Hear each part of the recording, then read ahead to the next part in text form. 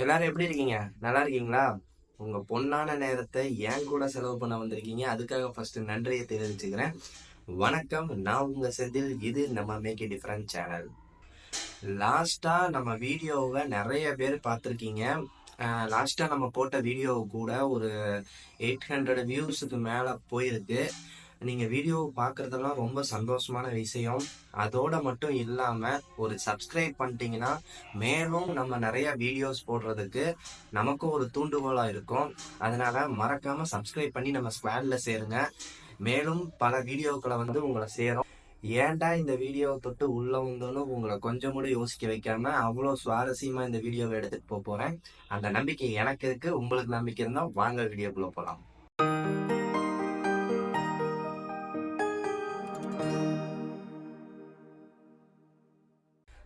தம்ப்நெயில பார்த்தோன்னே உங்க எல்லாத்துக்கும் தெரிஞ்சிருக்கும் இந்த வீடியோல நம்ம எதை பத்தி பேச போறோம்னு.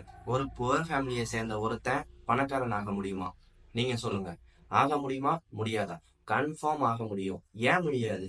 ஒரு மனுஷனால இந்த உலகத்துல சாதிக்க முடியாதுங்கிறது எதுவுமே கிடையாது. இதைத்தான் அழகா அந்த காலத்திலே சொல்லி வச்சிருக்காங்க, முயற்சி உடையார் இகழ்ச்சி அடையார் அப்படின்னு. ஏன் இந்த காலத்துல நம்மளோட ட்ரெண்டிங்க்கு ஏத்த மாதிரியே ஒரு பழமொழி இருக்கே, தேங்காய் வேணும்னா தென்னை மரம் ஏறிதான் ஆகணும் குமாரு. அதே மாதிரிதாங்க நம்ம வாழ்க்கையும். தென்னை மரத்துல இருந்தே நம்ம எடுத்துக்கலாம். அந்த படத்துல அவங்க தெரிஞ்சு சொன்னாங்களா தெரியாம சொன்னாங்களான்னு தெரியல, தேங்காய் வேணும்னா தென்னை மரம் ஏறிதான் ஆகணும் குமாரு அப்படின்னு. ஆனா அது எவ்வளவு பெரிய ஒரு ப்ராசஸ் தெரியுமா? இன்னைக்கு நிலைமையில உங்களுக்கு குழம்புக்கோ இல்ல நீங்க சாப்பிடுறதுக்கோ ஒரு தேங்காய் வேணும்னா நேரா கடைக்கு போவீங்க, தேங்காய் வாங்குவீங்க, உடைப்பீங்க, தண்ணியை குடிப்பீங்க, சில்லு எடுத்துருவீங்க. அதுவே அந்த காலத்துல நீங்க யோசிச்சு பாருங்க, ஒரு தேங்காய் வேணும் அப்படின்னா தென்னை மரத்து மேல ஏறணும். ஓகேவா? அந்த தென்னை மரத்து மேல ஏறுறது சாதாரண விஷயம் கிடையாது. அதுக்கே அவங்க ரொம்ப பிராக்டிஸ் பண்ணியிருக்கணும். அந்த பிராக்டிஸ் எல்லாம் பண்ணி முடிச்சதுக்கு அப்புறம் தான் இவங்கனால தென்னை மரத்து மேலே ஏற முடியும். தென்னை மரத்து மேல ஏறினா மட்டும் தேங்காய் கிடைச்சிடாது. தென்னை மரத்து மேல ஏறி அந்த இளநீ தேங்காய் காயெல்லாம் கீழே புடுங்கி போடணும். கீழே புடுங்கி போட்டதுக்கு அப்புறம் அந்த மட்டையை உரிக்கணும். அதுவே மிகப்பெரிய ப்ராசஸ்ங்க. அந்த மட்டையை உரிச்சு தேங்காயை உடைச்சு அதுக்கப்புறம் கீர்னி, அதுக்கப்புறம் தான் நமக்கு தேங்காய் சில்லே கையில கிடைக்கும். இதுல இருந்தே நமக்கு வாழ்க்கையில நிறைய தத்துவம் கிடைக்குது. உங்களால ஒரு விஷயத்த நீங்க அடையணும் அப்படின்னு நினைச்சீங்கன்னா உங்க உங்களோட முழு முயற்சியை நீங்க போடணும். பயங்கரமா ஹார்ட் ஒர்க் பண்ணணும். ஈஸியா புரிஞ்சுக்கணும் அப்படின்னா, ஹார்ட் ஒர்க் நெவர் ஃபெயில். இத உங்க வாழ்க்கையோட தத்துவமா மாத்திக்கங்க. கண்டிப்பா உங்களால ஜெயிக்க முடியும். இப்ப நீங்க என்கிட்ட கேட்கலாம், முயற்சி பண்ணா உடனே பணக்காரன் ஆயிட முடியுமா? கண்டிப்பா முடியாது. அதோட உங்க வாழ்க்கையில நீங்க ஒரு 3 ரூல தாரக மந்திரமா நீங்க எடுத்து வச்சுக்கணும். 3 ரூல் என்ன அப்படின்னா, ரூல் நம்பர் 1, அனாவசிய செலவுகள். தேவையற்ற செலவுகளை நீங்க கம்பல்சரியா குறைச்சே ஆகணும். ரூல் நம்பர் 2, கடன் வாங்கவும் கூடாது, கொடுக்கவும் கூடாது. கடன் வாங்கினாலும் பிரச்சனை, கொடுத்தாலும் திருப்பி வராது. ரூல் நம்பர் 3, ஹார்ட் ஒர்க் பண்ணணும். நமக்கு எந்த வேலை கிடைக்குதோ, இப்போ நீங்க சாதாரணமான ஒரு வீட்ல இருக்கீங்க, ஒரு புவர் ஃபேமிலில இருக்கீங்க அப்படின்னா, மேக்சிமம் என்ன பண்ணுவாங்க, ஏதாவது ஒரு வேலைக்கு அக்கம் பக்கத்துல இருக்கிற இடத்துல ஏதாவது ஒரு வேலைக்கு போவாங்க. சப்போஸ் அந்த வேலை உங்களுக்கு ரெகுலரா இருந்துகிட்டே இருக்கும் அப்படின்னு சொல்ல முடியாது. அதனால ஆல்டர்னேட்டா நீங்க ஒரு 2 3 வேலையும் நீங்க தெரிஞ்சு வச்சுக்கணும். உங்க ப்ரொஃபஷன் ஒண்ணு, அதை நீங்க ஃபுல்ஃபில்லா உங்க ப்ரொஃபஷனை பண்ணிட்டு ஆல்டர்னேட்டிவா ஒரு 2 3 ஒர்க்கை தெரிஞ்சு வச்சுக்கணும். இப்ப எக்ஸாம்பிளுக்கு ஒரு டிரைவரா இருக்கீங்க அப்படின்னா, உங்க நீங்க இப்ப ஒரு டிரைவரா இருக்கீங்க, வண்டி ஓட்டிட்டு இருக்கீங்க. திடீர்னு ஒரு வாடகை இல்ல, வண்டி இல்ல அப்படிங்கும்போது உங்களோட வருமானம் குறைய குறைய விடாம நீங்க ஃப்ரீ டைம்ல இருக்கும்போது வேற ஏதாவது ஒரு தொழிலையோ இல்ல வேற ஏதாவது ஒரு கடையிலயோ எங்கேயாவது பழக்கம் பிடிச்சு வச்சுக்கிட்டு ஏதாவது ஒரு வேலையை செஞ்சு அன்னைக்கான வருமானத்தை நீங்க ஃபுல்ஃபில் பண்ணியே ஆகணும். இந்த 3 ரூலையும் உங்க வாழ்க்கையோட தாரக மந்திரமா நீங்க மாத்தி வச்சுக்கணும். ஓகேங்களா? இத பண்ணா மட்டும் நான் பணக்காரன் ஆயிடுவான் அப்படின்னா, இதுதான் ஸ்டெப் பை ஸ்டெப்பா பண்றது. இப்ப வடிவேல் சொல்ற மாதிரி எதை பண்ணாலும் பிளான் பண்ணி பண்ணணும் அப்படிங்கிறது தான் இதோ சீக்வன்ஸ். என்ன அப்படின்னா, இப்போ 3 ரூல் சொல்லியிருக்கேன். அந்த 3 ரூல்ல 3வது ரூல ஒரு பக்கத்துலயும், 2வது ஃபர்ஸ்ட் ரூலையும் செகண்ட் ரூலையும் ஒரு பக்கத்துலயும் வச்சுக்கோங்க. ஓகேவா? இப்போ ஃபர்ஸ்ட் ரூலும் செகண்ட் ரூலும் ஸ்மார்ட் ஒர்க்னு வச்சுக்கோங்க. 3வது ரூல் ஹார்ட் ஒர்க் நான் சொல்லியிருக்கேன். எந்த வேலையா இருந்தாலும் இப்ப இன்னைக்கு உங்களுக்கு வீட்டுக்கு ஒரு வருமானம் அப்படின்னா, இப்போ ஒரு ஆள் வேலைக்கு போயிட்டு வந்தாங்க அப்படின்னா குறைஞ்சபட்சம் ஒரு 700 800 சம்பளம் கிடைக்குமா? அந்த 700 800 டெய்லியும் குறைய விடாம பாத்துக்கணும். வீக்லி ஒன்ஸ் லீவு, மீதி 6 நாளைக்கு அந்த 700 ரூபாங்கிறது கரெக்டா வீட்டுக்கு வர மாதிரி பாத்துக்கணும். ஓகேங்களா? இப்ப அதுதான் நம்ம ஹார்ட் ஒர்க். இப்போ நம்ம ஃபீல்டுல நம்மளோட ப்ரொஃபஷன்ல இன்னைக்கு வேலை இல்ல அப்படிங்கும் போது நீங்க ஆல்டர்னேட்டிவா உடனே நீங்க வேற ஏதாவது ஒரு வேலைக்கு டக்குன்னு போயிடணும். அந்த ஒரு 2, 3 நாளைக்கு அந்த வேலை நம்மளோட வேலை வர்ற வரைக்கும் நம்ம வீட்டுல சோம்பேறித்தனமா இருக்காம அடுத்தடுத்த வேலைகளை நம்ம தேடணும். தேடல் உள்ள உயிர்களுக்கு தினமும் பசி இருக்கும் அப்படிங்கிற மாதிரி அடுத்தடுத்து நம்ம தேடிக்கிட்டே இருக்கணும். கம்பல்சரியா ஏதாவது ஒரு இடத்துல நமக்கு கை கொடுக்கும். ஓகேங்களா? அது மாதிரி இது ஹார்ட் ஒர்க். ஹார்ட் ஒர்க்கோட நம்ம ஸ்மார்ட் ஒர்க்கையும் போடணும். பாயிண்ட் நம்பர் 1ம் 2வையும் சேர்த்து போட்டீங்கன்னா கம்பல்சரியா நீங்க சக்சஸ் ஆகலாங்க. இப்போ எக்ஸாம்பிளுக்கு இப்போ ஒரு நாளைக்கு உங்களுக்கு 800 ரூபாய் சம்பளம். ஓகேவா? இப்போ வேலை முடிஞ்சு நீங்க வீட்டுக்கு வந்துட்டு இருக்கும் போது அதை இதையும் பார்ப்பீங்க. அதை சாப்பிடலாம், இதை சாப்பிடலாம் அப்படின்னு சொல்லி எல்லாத்தையும் சாப்பிடுவீங்க. இன்னும் சில பேர் என்ன பண்ணுவாங்க அப்படின்னா, ட்ரிங்க்ஸ் எல்லாம் பண்றவங்க நேரா ஒயின் ஷாப் போவாங்க, சரக்கு அடிப்பாங்க. அதுலயே ஒரு 300 ரூபாய் காலி ஆயிரும். வீட்டுக்கு வரும்போது 500 ரூபாய் தான் இருக்கும். ஓகேவா? இந்த 500 ரூபாயை கொண்டாந்து ஒய்ஃப் கையில கொடுப்பாங்க. இப்போ அந்த 300 ரூபாய் சேர்ந்து இருந்துச்சுன்னா அந்த 300 ரூபாயில நீங்க இதுதான் அனாவசிய செலவுகளை குறைக்கிறது. இப்போ நீங்க அந்த அனாவசிய செலவு பண்றீங்கல்ல, அந்த அனாவசிய செலவை கம்மி பண்ணிட்டு அப்ப 800 ரூபாய் அதுவே வீட்டுக்கு வரும்போது 800 ரூபாய் இருந்துச்சு உங்க கையில அப்படின்னா எப்படி பார்த்தாலும் அன்னன்னைக்கு பால், சர்க்கரை, பருப்பு இதெல்லாம் அந்த சமையல் ஜாமான் வாங்குறதுக்கு வீட்டுல இருக்கிறவங்களுக்கு ஒரு ஒரு கட் ஆஃப் அமௌண்ட் போகும். இப்ப நீங்க அந்த அனாவசிய செலவை குறைக்கிறீங்க பாத்தீங்களா? அப்படி குறைக்கும் போது இந்த 300 ரூபாய் அவங்களுக்கு அந்த செலவுக்கு போயிடும். இப்போ நீங்க ரெகுலரா 300 ரூபாய் செலவு பண்ணிட்டு 500 ரூபாய் வீட்டுல கொடுத்துட்டு இருப்பீங்க. அந்த 500 ரூபாய்ல அவங்க என்ன பண்ணுவாங்க, ஒரு 200 ரூபாய் சாப்பாட்டுக்கு எல்லாமே பண்ணிட்டு மீதி 300 ரூபாய் ஏதாவது இந்த படிப்பு செலவு அதுக்கு இதுக்காக அவங்க சேவிங்ஸ் பண்ணுவாங்க. ஓகேவா? சேவிங்ஸ் பண்ணுவாங்க. இல்லாட்டி கடன் இருந்தா கடனை கட்டிட்டு இருப்பாங்க வீட்டுல இருக்கவங்க. இதுவே நீங்க உங்களோட அனாவசிய செலவை குறைக்கிறீங்க அப்படிங்கும் போது ஒரு 800 நீங்க வாங்குறீங்க அப்படின்னா உங்களுக்கு பஸ் ஃபேரு இல்ல உங்களுக்கு டீ செலவு அதுக்கு ஒரு 100 எடுத்துக்கிட்டு மீதி 700 உங்க வீட்டுக்கு போச்சுன்னு வச்சுக்கோங்களேன். அப்ப அந்த 200 ரூபாய் அவங்களோட அன்றாட செலவுக்கு எடுத்துக்கிட்டு மீதி 500 அவங்களால சேவிங்ஸ் பண்ண முடியும்.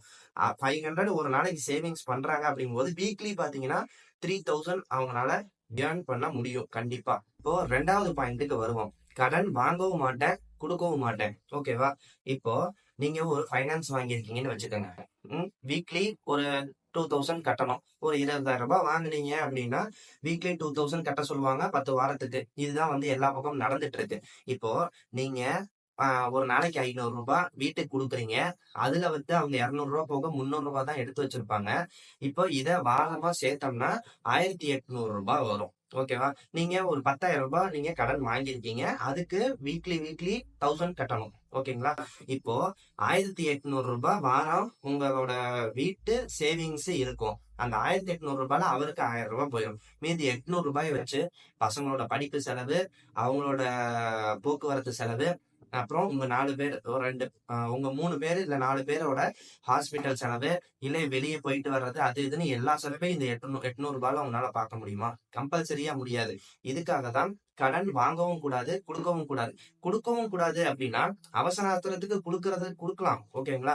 கொடுத்துட்டோம் அப்படின்னா நம்ம சொந்தக்காரங்களுக்கோ ஃப்ரெண்ட்ஸுக்கோ நம்ம கடன் கொடுக்குறோம். ஓகேவா? அவங்களுக்கு ஒரு ஹெல்ப்புக்காக தான் நம்ம அதை பண்றோம். ஆனா அவங்க நம்ம கொடுத்துட்டு உடனே திருப்பி கேட்டாலும் அது ஒரு சங்கடத்துல போய் முடிஞ்சிரும். கேட்காம இருந்தாலும் நமக்கு ஐயோ நம்ம காசு கொடுத்துருக்கோம் ஆனா திரும்பி கொடுக்கலையே அப்படின்னு சொல்லிட்டு இது உங்க ஃப்ரெண்ட்ஷிப்போட வெறுப்பை தான் அதிகமா கொண்டு சேர்க்கும். அதனால கடன் கொடுக்கறதையும் நீங்க தவிர்த்துருங்க. கடன் வாங்குறதையும் தவிர்த்து கடன் கொடுக்கறதையும் தவிர்த்துட்டீங்க அப்படின்னா இப்போ நீங்க அனாவசிய செலவையும் குறைக்கிறீங்க. அதுக்கப்புறம் கடன் வாங்குறது, கடன் கொடுக்கறது இது எல்லாத்தையுமே தவிர்த்துட்டீங்கன்னு வச்சுக்கோங்களேன். ஒரு நாளைக்கு 700 நீங்க வீட்டுல கொடுத்துருப்பீங்க. அப்போ 200 அன்னன்னைக்கு செலவாயிருக்கும். மீதி 500 அப்போ 6 நாளைக்கு 6 5 30 அப்போ 3000 ரூபாய் உங்க வீட்டுல இருக்கும். நீங்க கடன் யாருக்கும் கொடுக்கல, கடனும் நீங்க வாங்கல. ஓகேங்களா? அப்போ 3000 உங்க கையில தான் இருக்கும். அது உங்க சேவிங்ஸ். அப்போ இதுல இருந்தே உங்களுக்கு என்ன தெரியுது, நீங்க ஃபர்ஸ்ட் 2 பாயிண்ட்ல நீங்க தன்னாலவே ஒரு 3000 சேவிங்ஸ் பண்ண முடியுது. இப்போ இதுல உங்களோட 3rd பாயிண்ட்டையும் நீங்க உள்ள சேர்த்து பாருங்க. இடையில உங்களுக்கு ஒரு 2 நாள் வேலை இல்லாம போகுதுன்னு வச்சுக்கோங்க. அப்ப இதுல 1000 ரூபாய் கட்டாயிரும்.